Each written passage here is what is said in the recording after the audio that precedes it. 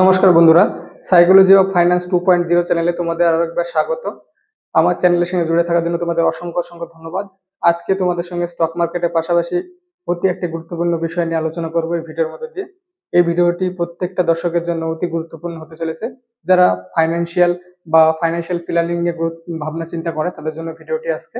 তো প্রথমেই প্রশ্নটা আসে এবং এই প্রশ্নটা খুব একটা বড় প্রশ্ন, why are you poor man? আজকে আমি গরিব কেন? দেখো, অনেকের ধারণা থাকে যে আমি আজকে গরিব, কম ইনকাম করি বলি, বা অন্য অন্য কেউ বড় লোক, সে আজকে বেশি ইনকাম করছে বলে সে বড় লোক। দেখো, এইটা কে কত ইনকাম করছে তার উপর বিশেষ করে কে বড় লোক বা ধনী হয় না। এটা সম্পূর্ণ একটি ভুল ধারণা। ঠিক আছে? তোমাদের কথাটা শুনতে হয়তো মনে হবে অদ্ভুত, বা কথাটা কিরম বলছে যে যে বেশি ইনকাম করে সে ধনী হবে না তো সে গরিব হবে। হ্যাঁ, কথাটা একদম ভুল কথা। দেখো, আজকে তোমার বন্ধু 30,000 টাকা ইনকাম করছে মান্থলি, বা তুমি 15,000 টাকা ইনকাম করছো, তাই তুমি নিজেকে গরিব ভাবছো। ঠিক আছে? এটা একদম সম্পূর্ণ ভুল ধারণা। তো আজকে আপনি তোমাদের সঙ্গে সেই বিষয়ে যুক্তি সাপেক্ষভাবে বিস্তারিত আলোচনা করব।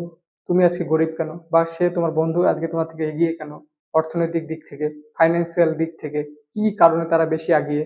আবার একটা অপবাদ রয়েছে যে টাকায় টাকা আনে। ঠিক আছে? যারা বড় লোক তারা আরো বড় লোক হতে চলেছে বা হচ্ছে, ঠিক কি কারণে, তার বিস্তারিত আলোচনা যুক্তি সাপেক্ষ এবং প্রত্যেকটা নিখুঁতভাবে তোমাদের সঙ্গে আমি আলোচনা করব আজকের এই ভিডিওর মধ্যে দিয়ে। চলো শুরু করা যাক। ফার্স্টে আসি কি, why are you poor man? আমি গরিব কেন? দেখো, তুমি গরিব কেন তার কোনোটাই তোমার ইনকামের উপর রিলেটেড নয়। ঠিক আছে? কেন বলছি ইনকামের উপর রিলেটেড নয়? তুমি নিজে রিয়েলাইজ করে দেখো, যারা 30,000 টাকা ইনকাম করে, তাহলে একটি প্রবাদ রয়েছে, যার যত ইনকাম তার তত খরচ। এই কথাটা খুব একটা যুক্তিপূর্ণ কথা। কেন বলছি তোমার সঙ্গে আগে এক্সপ্লেন করি কথাটা। দেখো, যদি তোমার বন্ধু 30,000 টাকা ইনকাম করে, তার কিন্তু খরচের হারটাও বেশি, এবং তার এক্সপেন্স রেশিও বা ফ্যামিলির প্রতি যে খরচটা প্রতি মাসে তার অবশ্যই বেশি হবে। এবং তোমার যা 15,000 টাকা ইনকাম করো, তোমার একটা খরচের অনুপাত সেই রকম হবে।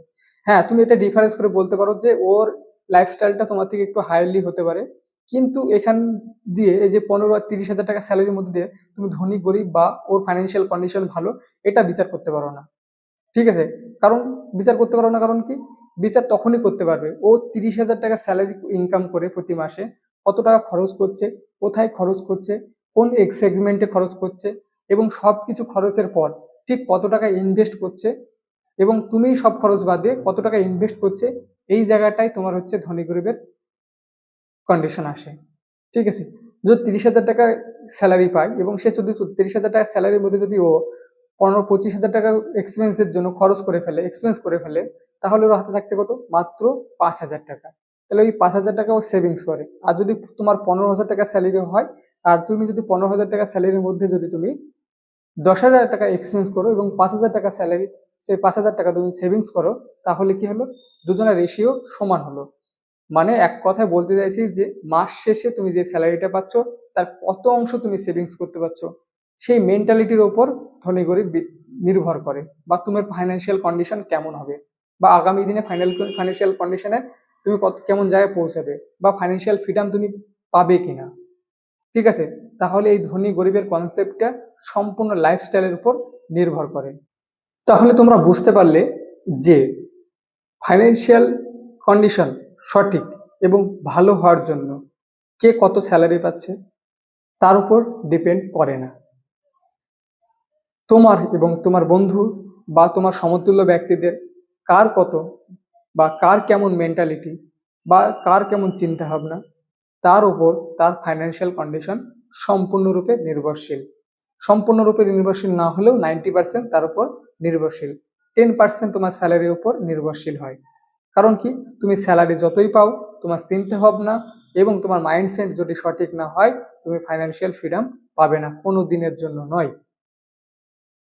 এই জায়গায় প্রশ্ন আসে, ধনী এবং মধ্যবিত্তর মধ্যে তফাৎটা কোথায়?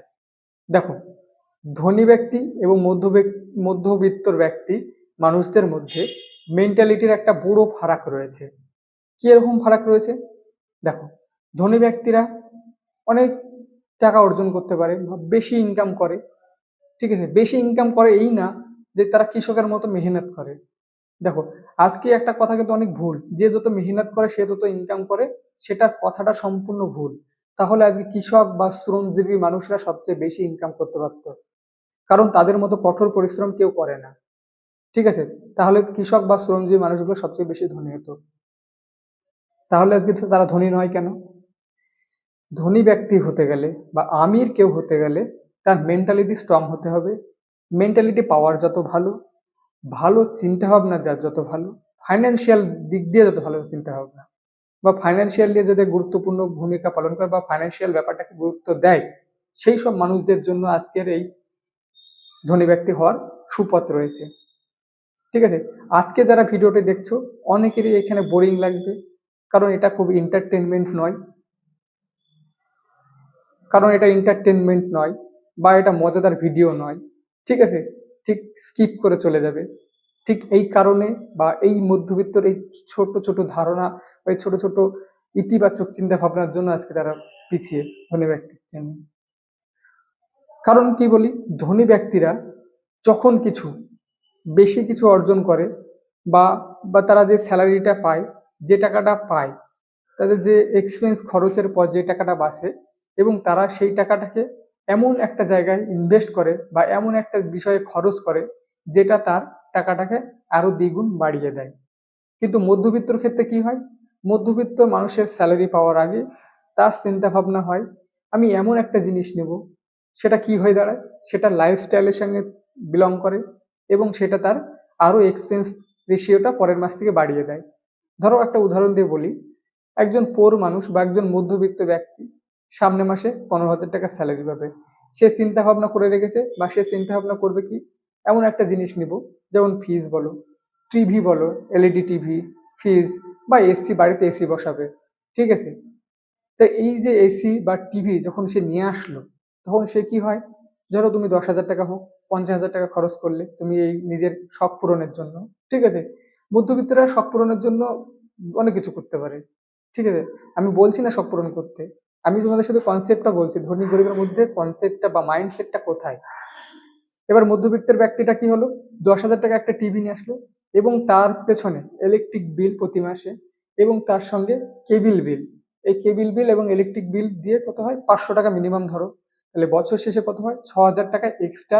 10,000 টাকা ইনভেস্ট করেছে, এবং তার ইনভেস্ট বলতে 10,000 টাকা দিয়ে টিভিটা কিনেছে, এবং তার পরিপ্রেক্ষিতে প্রতি বছর তাকে 6,000 টাকা এক্সট্রা গুনতে হচ্ছে। তাহলে কি, তার খরচের হারটা আরো বেড়ে যাচ্ছে, এবং গরিব হওয়ার চান্সটা বা তার ফাইন্যান্সিয়াল কন্ডিশন আরো খারাপের দিকে যাচ্ছে। বুঝতে পারলে? অপরদিকে কি, ধনী ব্যক্তির মেন্টালিটিটা কেমন হয়, সে এমন একটা অ্যাসেট, সে বাকি এক্সপেন্স খরচের পর যে 5,000 টাকা বা 10,000 টাকা অ্যাসেট হলো, বা এই মাসে ভালো একটা স্যালারি পাবে বা এই মাসে ভালো একটা ইনসেনটিভ পাবে, সেই টাকাটা কি করবে, সে হয় স্টক মার্কেটে, নাহলে ওয়ান টাইম ইনভেস্টমেন্ট করবে মিউচুয়াল ফান্ডে।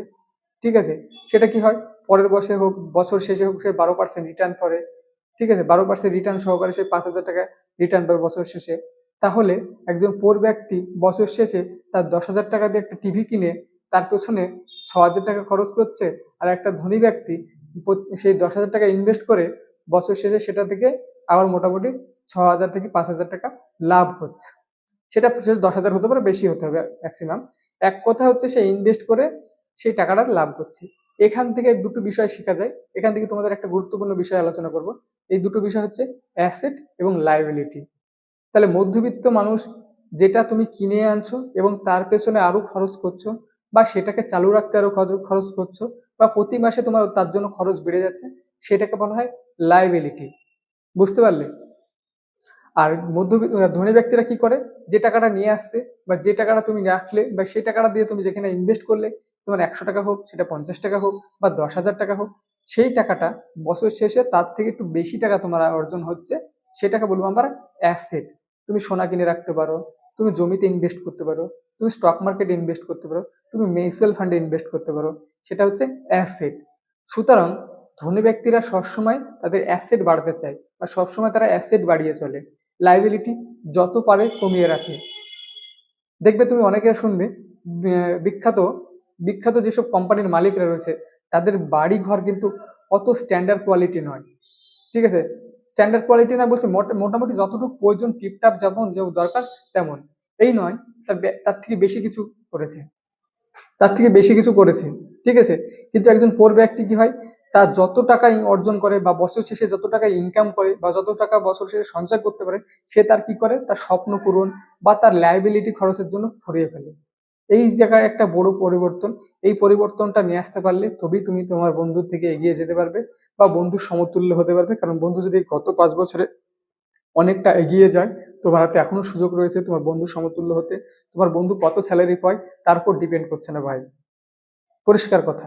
তোমার মেন্টালিটি কেমন, তুমি কতটা সেভিংস করতে পারছো, কতটা বাঁচিয়ে রাখতে পারছো, তার উপর ডিপেন্ড করে, ঠিক আছে। এখন অনেকের মধ্যবিত্ত ঘরের ছেলেপেলে যারা সার্ভিস পেয়েছে বা নতুন করে সার্ভিস পেয়েছে, তারা কি হয়, তারা কিন্তু এখনো মধ্যবিত্ত রয়ে যায়। তার পিছনে একটা গুরুত্বপূর্ণ কারণ হচ্ছে লোন, ক্রেডিট কার্ড। এই যে বিষয়টা, আজকে তুমি একটা মধ্যবিত্ত ফ্যামিলির ছেলে, তুমি আজকে চাকরি পেয়েছো, কিন্তু সেই ধনী ব্যক্তি সমতুল্য এখনো হতে পারবে না। কেন হতে পারবে না? কারণ কি হচ্ছে কি, তুমি দেখো, তুমি কিন্তু আজকে তোমার ফ্যামিলি হোক বা তোমার ফ্যামিলি মেম্বারের কারণে হোক, পোর মেন্টালিটির কারণে আজকে তুমি অনেকটা ডাউনে রয়েছো, এবং সেই জায়গায় তুমি একটা সার্ভিসম্যান হয়েছো বা সার্ভিস পেয়েছো, হট করে তুমি সেই জায়গায় পৌঁছাতে পারবে না। বা সেই রকম মেন্টালিটি নিয়ে যদি তোমার মধ্যে রয়েছে, সেই মেন্টালিটি যদি চেঞ্জ না করো, তাহলে তুমি একটা ফাইন্যান্সিয়াল ফ্রিডম পাবে না। কেন পাবে না? দেখো, তুমি যখন একটা সার্ভিস পাবে, আমি ম্যাক্সিমাম সার্ভিসম্যানদের দেখি বা আমি অনেক সার্ভিসম্যানকে দেখেছি যে তারা সার্ভিস পাওয়ার মধ্যে মধ্যে কিছু সময়ের মধ্যে বা ট্রেনিং পিরিয়ড শেষ হওয়ার মধ্যেই তারা 12 থেকে 14 লাখ টাকা অ্যাভারেজ 20 থেকে 25% ইন্টারেস্ট সহ 12 লাখ থেকে 14 লাখ টাকায় ঋণ নেয়, এবং সেই ঋণের টাকা নিয়ে সে কি করে, বিভিন্ন তার লাইবিলিটির জন্য খরচ করে, অ্যাসেটের জন্য খরচ করে না, কিন্তু সে তার লাইবিলিটির জন্য খরচ করে, এবং সেই ঋণটা 25% সুদ সহকারে সে তার স্যালারি থেকে কাটাতে শুরু করে। তাহলে কি হলো, সে মাইনাসের দিকেই যাচ্ছে। তার পোর মেন্টালিটি কিন্তু তার ফ্যামিলি থেকে এসছে। আমি কাউকে ছোট করছি না, আমি বলতে যাচ্ছি আমাদের দুজনের ফারাকের মধ্যে লাইবিলিটি আর এক্সপেন্সের মধ্যে, লাইবিলিটি এবং ইনভেস্টমেন্ট, হুম, তাহলে অ্যাসেটের মধ্যে পার্থক্যটা কোথায়? মধ্যবিত্ত এবং ধনী ব্যক্তির মধ্যে আরেকটা বিষয় গুরুত্বপূর্ণ হয়। দেখো, কোনো মধ্যবিত্ত ব্যক্তি কিপটে হয় না। কথাটা শুনে হাস্যকর মনে হচ্ছে, কিন্তু হাস্যকরের বিষয় নয়। দেখবে মধ্যবিত্ত ব্যক্তি কিপটে নয়। অনেকে বলবে কিপটে না, কে বলেছে? মধ্যবিত্ত ব্যক্তি অনেক হিসাব করে চলে, ঠিক আছে। কিন্তু আমি তোমাকে বলছি, একজন মধ্যবিত্ত ব্যক্তি মানে হচ্ছে গরিব ব্যক্তি থেকে একটু উন্নত পজিশনে রয়েছে, তাকে আমরা মধ্যবিত্ত ব্যক্তি বলছি। মধ্যবিত্ত ব্যক্তি কি করে, কিপটে না বললেও ভুল হবে, কারণ ওরা কিপটে নয়, তারা দু হাত খুলে খরচ করতে পারে, ঠিক আছে। কিন্তু তুমি একটা শিওরলি বলবে, আমার সহমত হবে, যে দেখো, ধনী ব্যক্তি খুব অল্প পরিমাণ টাকা খরচ করতে গেলেও শতবার ভাবে। ঠিক এই জায়গাটায় তোমরা ভাববে ওরা কিপটে বা খুব চতুর বা চালাক বা খরচ খুব কম করে, ঠিক আছে। এই জিনিসটা তোমাদের মধ্যে থাকতে হবে। দেখো, ধনী ব্যক্তির মেন্টালিটি হলে কেমন হয়, ধনী ব্যক্তিরা সবসময় কি করে, কোনো কিছু খরচ করতে পারলে বা কোনো কিছু জিনিস কিনতে গেলে বা কোনো কিছু পেছনে টাকা খরচ করতে গেলে, তখন তারা একটা কথাই ভাবে যে এই জিনিসটা আমার কি সত্যি প্রয়োজন, বা এখনই কি সত্যি প্রয়োজন টাকাটা আমার, বা এই জিনিসটা প্রয়োজন, বা ঋণ নিয়ে কি সত্যি আমাকে জিনিসটা নিতে হবে। এই জিনিসটা তাদের মধ্যে প্রশ্নটা জাগে বা তাদের বিবেকে এই প্রশ্নটা আসে, ঠিক আছে। ওরা নিজের ধৈর্যটাকে কন্ট্রোল করে বা ইচ্ছাটাকে কন্ট্রোল করে, এবং নিজের যে মুনাফা বা নিজের যে স্যালারি, সেখান থেকে কিছু টাকা জমিয়ে জমিয়ে সে তার জিনিসটা বা মনের ইচ্ছাটা পূরণ করে। কিন্তু মধ্যবিত্তের ব্যক্তির মানুষ কি করে, পিছু বা আগে পিছে কিছু ভাবে না। যদি তার হাতে টাকা থাকে, তখনই সেই ব্যক্তিটা তার মনের জিনিস হোক বা মেলাঘাটে যা হোক বা বাজারে যা, যে জিনিসটা তার অ্যাট্রাকটিভ লাগবে, সে কিন্তু তার প্রয়োজন হোক না হোক সে কিন্তু কিনে ফেলবে, ঠিক আছে। আগ পিছ ভাববে না। আবার এমন অনেক সময় রয়েছে যে মধ্যবিত্ত ব্যক্তি তার ইচ্ছে পূরণ করার জন্য, আমি বলছি না ইচ্ছে পূরণ করবেন না, ইচ্ছে পূরণ তো সবারই করতে ইচ্ছা করে, তবে ফাইন্যান্সিয়াল কন্ডিশন ঠিক রেখে পূরণ করুন, ঠিক আছে। এমন অনেক ব্যক্তি রয়েছে যে তার ইচ্ছা পূরণ করতে, ইচ্ছাটা এত গুরুত্বপূর্ণ নয় যে ফাইন্যান্সিয়াল ভাবে লোন নিয়ে সেই ইচ্ছাটা পূরণ করতে হবে। অনেকে 25 বা 29% ইন্টারেস্ট হারে টাকা বন্ধন থেকে নিয়ে বা ফাইন্যান্স করে সে তার ইচ্ছা পূরণ করছে। তাহলে বলুন, মধ্যবিত্ত ব্যক্তি কিভাবে আগিয়ে যাবে সামনের বছরে, বা কিভাবে সামনে এগিয়ে যাবে বা কিভাবে ফাইন্যান্সিয়াল ফ্রিডম পাবে। এইরকম মেন্টালিটি থাকলে কোনোদিনও ফাইন্যান্সিয়াল ফ্রিডম পাওয়া সম্ভব নয়। সুতরাং কে কত স্যালারি পাচ্ছে, কে কত এগিয়ে যাচ্ছে, সেটা দেখে হিংসা বা সেটা দেখে তোমার কষ্ট পাওয়ার কোনো প্রশ্ন নেই। তুমি যদি তার মতো হতে চাও তাহলে তোমার মাইন্ডসেট বা তোমার মেন্টালিটি বা তোমার মানসিকতাগুলো চেঞ্জ করতে হবে, বা এই ধনী ব্যক্তির মতো মানসিকতাগুলো নিজের মধ্যে নিয়ে আসতে হবে। তবেই তুমি একটা ফাইন্যান্সিয়াল ফ্রিডম পেতে পারো। আর একটা গুরুত্বপূর্ণ বিষয়, বর্তমান সমাজে মধ্যবিত্তদের জন্য খুব ভয়ঙ্কর একটা বিষয় হয়ে দাঁড়িয়েছে যে কম্পিটিশন। কম্পিটিশন মানে এই নয় যে কে কত টাকা ইনকাম করছে তার কম্পিটিশন, সেটা তো রয়েছে।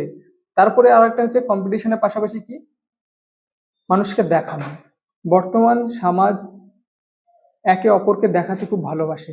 তার ফাইন্যান্সিয়াল কন্ডিশন কেমন সে তার একবারও ভাবে না, যেন প্রকারে সে তার সমতুল্য প্রত্যেকটা পাশের মানুষের জন্য সমতুল্য হতে চায়। ধরুন কোনো একটি ভালো ব্যক্তি যার ফাইন্যান্সিয়াল কন্ডিশন রয়েছে, সে একটি 4 চাকা গাড়ি কিনেছে। তার পাশের একজন মধ্যবিত্ত ব্যক্তি, তার কিন্তু ফাইন্যান্সিয়াল কন্ডিশন তেমন নয় যে সে 4 চাকা নিতে পারে। সে কি করবে, তার সমতুল্য বা নিজেকে তার সমাজে একটা প্রতিষ্ঠিত করা বা নিজেকে সমাজে বড় করা বা সমাজে মূল্য পাওয়ার জন্য সে ফাইন্যান্স করে একটা 4 চাকা নিয়ে নেবে, বা সে মোটরসাইকেল হতে পারে বা যে কোনো জিনিস হতে পারে, বা সমাজে তার সমতুল্য করার জন্য ধনী ব্যক্তিদের সমতুল্য হতে বা ভালো একটা জায়গা করতে ফাইন্যান্সিয়াল ভাবে সে একটা কোনো জিনিস নিয়ে নিল। এই জিনিসটা পরবর্তীতে তার কাছে একটা ভয়ঙ্কর বিষয় হয়ে দাঁড়াবে। কারণ কি, দেখুন তোমার বন্ধু বা আপনার বন্ধু যেটা ছিল তার ফাইন্যান্সিয়াল কন্ডিশন ভালো এবং সে সে তার জন্য সে একটা 4 চাকা গাড়ি কিনেছে, এবং তুমি সে তাকে তার সমতুল্য হওয়ার জন্য বা সমাজকে দেখানোর জন্য তুমি যদি ফাইন্যান্সিয়াল ভাবে কোনো জিনিস নাও বা ফাইন্যান্সিয়াল লোন নিয়ে যদি তুমি জিনিসটা নাও, তাহলে কি হলো, তোমার ফাইন্যান্সিয়াল তো কন্ডিশন সেই টাকাটা ছিলই না, তারপরে তুমি লোনটা নিয়েছো, তার সঙ্গে তুমি 50,000 টাকা যদি তুমি লোন করো বা 1 লাখ টাকা তুমি যদি লোন করো, সেটা তো তোমার কাছে সেই সময় ছিল না, সেটা তো তোমার মাইনাসে যাচ্ছেই, প্লাস তার সঙ্গে 25% বা 29% ইন্টারেস্ট যোগ হচ্ছে। তাহলে তুমি একটা সময় বোঝো তোমার একটা সময় যে কি ভয়ঙ্কর একটা কন্ডিশন হবে। একটা সময় আসতে পারে সেই গাড়িটা হয়তো তোমাকে বিক্রয় করে দিতে হচ্ছে। তাহলে কি হচ্ছে, সমাজের কাছে তোমার একটা জায়গাটা কোথায় যাচ্ছে, জায়গাটা একদম নষ্ট হয়ে যাচ্ছে বা তোমার ফাইন্যান্সিয়াল কন্ডিশন একদম ডিসব্যালেন্স হয়ে যাচ্ছে। বুঝতে পারলে? ঠিক এই জন্য আজকে আমাদের মধ্যবিত্ত এবং ধনী ব্যক্তির মধ্যে পার্থক্য রয়েছে। তো তোমাদের মেন্টালিটি চেঞ্জ করো এবং খরচগুলো লিমিটেড করো। আমি পার্সোনালি কিছু একটা সাজেস্ট করছি, যদি ফাইন্যান্সিয়াল কন্ডিশন যদি খুব একটা ভালো না থাকে, লোন নিতে যাবে না, যতটা পারবে নিজের স্যালারি দিয়ে নিজের ইচ্ছাগুলো পূরণ করবে, শখগুলো পূরণ করবে, এবং ক্রেডিট কার্ড গুলো এড়িয়ে চলবে। কারণ ক্রেডিট কার্ড অনেকের সুবিধা মনে হয় কিন্তু সুবিধা নয়, তোমার এক্সপেন্স রেশিওটা বাড়িয়ে দেয়। তুমি আজকে মাসে যদি 5,000 টাকা এক্সপেন্স করো, তোমার যদি ক্রেডিট কার্ড থাকে, অবভিয়াসলি বলছি তোমার এক্সপেন্স রেশিও 5,000 থেকে 7,000 টাকা হয়ে যাবে। সুতরাং মধ্যবিত্ত ফ্যামিলি ফাইন্যান্সিয়াল ফ্রিডম যদি চাও তাহলে অবশ্যই ক্রেডিট কার্ড এড়িয়ে চলো এবং হাইলি ইন্টারেস্ট লোন নেবে না। যদি অতি গুরুত্বপূর্ণ প্রয়োজন হয় তবে সেক্ষেত্রে লোন নেবে। আর একটা বিষয় হচ্ছে, যদি তোমাদের ফাইন্যান্সিয়াল কন্ডিশন একটু মোটামুটি ভালো হয় তাহলে লাইফ ইন্স্যুরেন্স এবং হেলথ ইন্স্যুরেন্স গুলো করে রাখবে। কারণ কেন বলছি বলতো, লাইফ ইন্স্যুরেন্স এবং হেলথ ইন্স্যুরেন্স গুলো বলছি কারণ হচ্ছে, ধরো দেখো আমার তোমার হেলথের সম্পর্কে তো কেউ বলতে পারে না কবে কি হবে, আজকে ভালো আছি কালকে নাও থাকতে পারি। তাহলে হট করে যে আমাদের হেলথের সমস্যা হলে বা হেলথের যদি একটা বড় কিছু ইস্যু হয়, তোমার সেভিংস পুরো খতম হয়ে যাবে, মানে শেষ হয়ে যাবে। তার জন্য একটা লাইফ ইন্স্যুরেন্স বা একটা হেলথ ইন্স্যুরেন্স অবশ্যই থাকা উচিত, ভবিষ্যতের কথা রেখে তোমার অ্যাসেটটা ভালো থাকবে ঠিক তার জন্য। ঠিক আছে, তো এই টিপসগুলো ফলো করো, তাহলে অবশ্যই তুমি ফাইন্যান্সিয়াল ফ্রিডম পাবে। আর ভিডিওটি ভালো লাগলে অবশ্যই লাইক কমেন্ট শেয়ার করবে, এবং আমার চ্যানেলে যদি নতুন হয়ে থাকো, শেয়ার মার্কেট পাশাপাশি ফাইন্যান্সিয়াল ফ্রিডমের এইরকম টিপস পেতে বা সাজেশন পেতে অবশ্যই চ্যানেলটি সাবস্ক্রাইব করে রাখুন।